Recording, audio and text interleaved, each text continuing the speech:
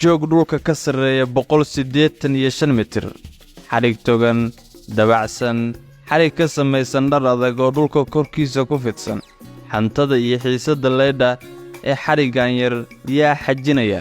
waa xirfad cajiib ah soo maaha ila soco wax ka yar 2 daqiiqo si aan wax kaaga sheego Jan Rossi iyo xirfadiisa slackling deesha xarig ku socodka jooga dheer ama slackling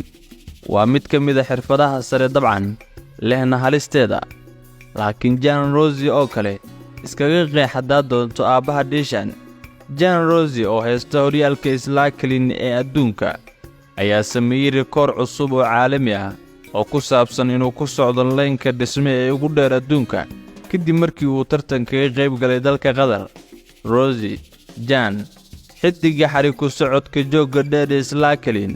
ee u dhashay dalka Estonia ee Yurub waxa uu dhawaan mar kale ku guuleystay inuu xarig isaga gudbo laba ka mid ah dhismayaasha ugu dhaadheer dalka Qatar oo isu jira masaafo dhan 150 mitir Jan Rossi waxa uu xarigan ku socday joog dhulka ka sareeya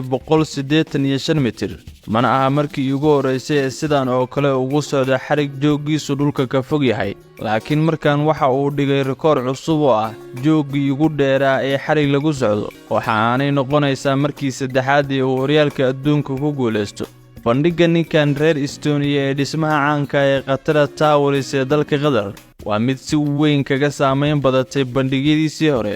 Jan Rossi oo ah mid ka mid ah ciyaartoyda ugu fiican adduunka ee slackling guushan ayaa sidoo kale ay tii ugu sareysay ee dheelitirka horey ma u daawatay deesha xarig ku socodka jooga sare ama slackling mise awooda daawashadeeda inta qofku uu ku soconayo xariga dhulka bannaan ku fidsan